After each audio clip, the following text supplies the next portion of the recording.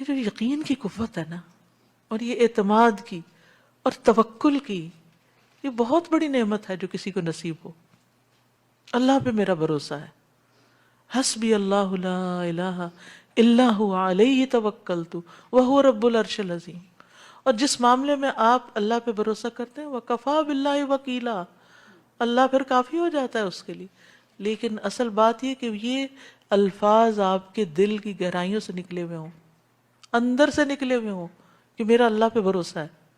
چاہے رزق کا معاملہ ہو، عزت ذلت کا معاملہ ہو، کسی نفع نقصان کا معاملہ ہو، کوئی کام آپ کرنا چاہتے ہیں زندگی میں، کوئی پیشن ہے آپ کا، تو آپ دیکھیں اللہ اس کو پورا کر دے گا۔